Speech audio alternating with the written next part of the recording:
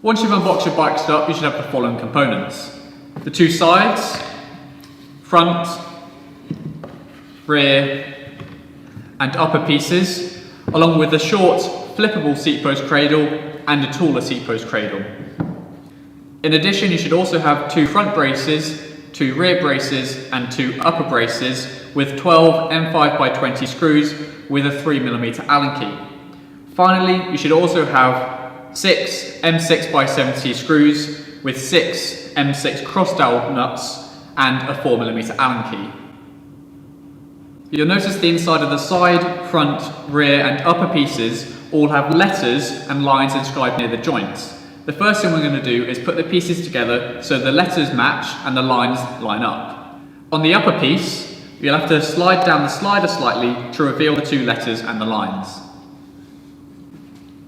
I find this is easiest to take a side piece first with the front piece and line up the first letter and line, in this case D, and do the same with the other side piece, in this case letter C.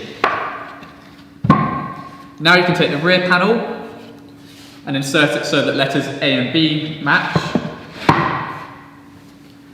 and finally take the upper panel so the letters E and F match.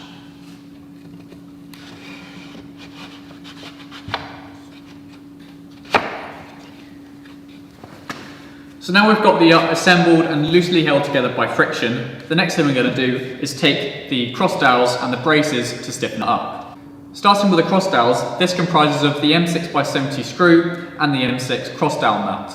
You'll notice that on top of the nut there is a slot which runs parallel to the direction of the threaded hole inside of the nut. What we're going to do is take the M6 screw and start to insert it into the cross hole, and then take the nut and insert it into the other corresponding hole. What we want to do is line up the slot on the nut so that it's parallel to the screw that we're inserting. You can do this with a fingernail or with a flathead screwdriver. Once they're lined up, the screw should start to just thread into it. We only want to tighten the screw loosely for now, and we're going to repeat this for the 5 other cross dowels. So that's 2 on the front panel, 2 on the rear panel and 2 on the upper panel.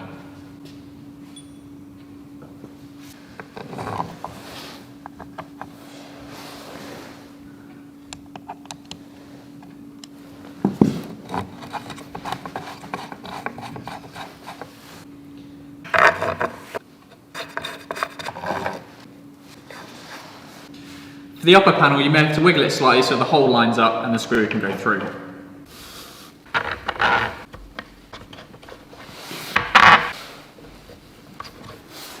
Good. So now we're going to move on to the 6 braces and loosely attach those. So starting with the front brace, we're going to take one of the M5x20 screws and insert it into the hole on the long side of the brace. You can then take this and insert the screw into the corresponding insert nut, in this case on the side. You want to loosely tighten this most of the way just by hand. Then take another M5 screw, move the brace so the second hole lines up with the second insert nut, in this case on the front panel, and insert the screw through and into the insert nut, again loosely by hand. We can then repeat the same for the other front brace.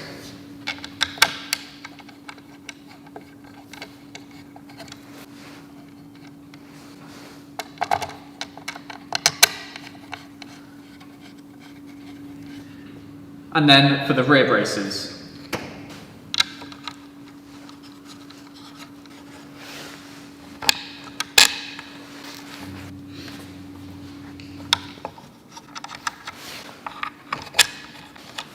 For the remaining upper braces, it's easiest to flip the whole thing the other way up, and then you've got better access to the insert nuts.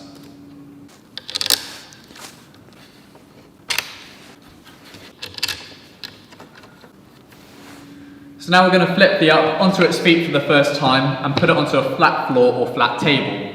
And we're going to go around with a 3mm Allen key and tighten all of the M5 bolts on the braces that we've just inserted. Now when you do this, you want to make sure you use the Allen key in the short arm configuration, not the long arm configuration. If not, you risk over tightening the bolts. So we're going to do this for all 6 braces and go around in pairs.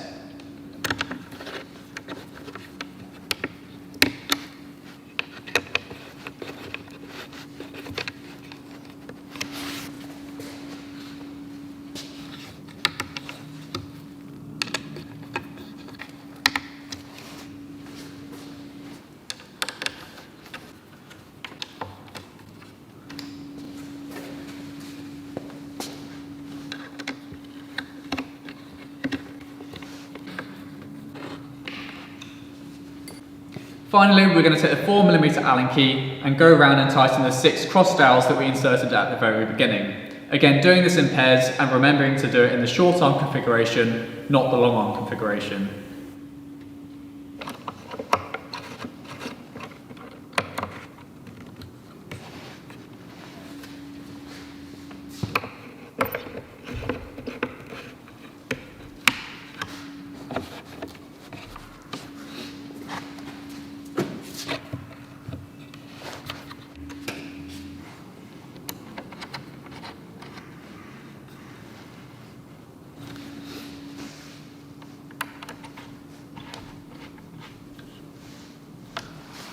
And there we go, that's your BikeStowUp fully assembled. All you have to do is take one of your seat post cradles and insert it into one of the slots which best fits your bike.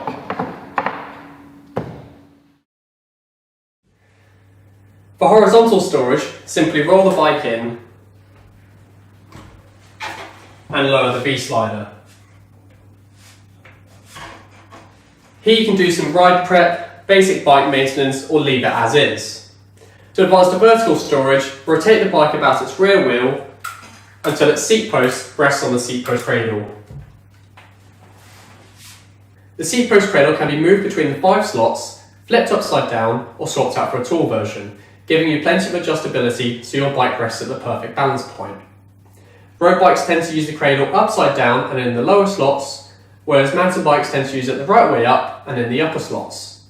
If you have an extra large mountain bike, you might need the taller cradle. You can now take the provided strap and secure it between the front wheel and the frame to stop the handlebars from turning. You might find this easier to do beforehand whilst the bike's still on the ground.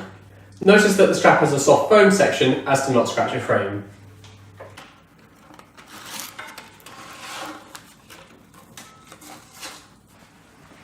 If it's time to go for a ride, simply lower the bike, remove the strap, gently kick back the slider and roll away.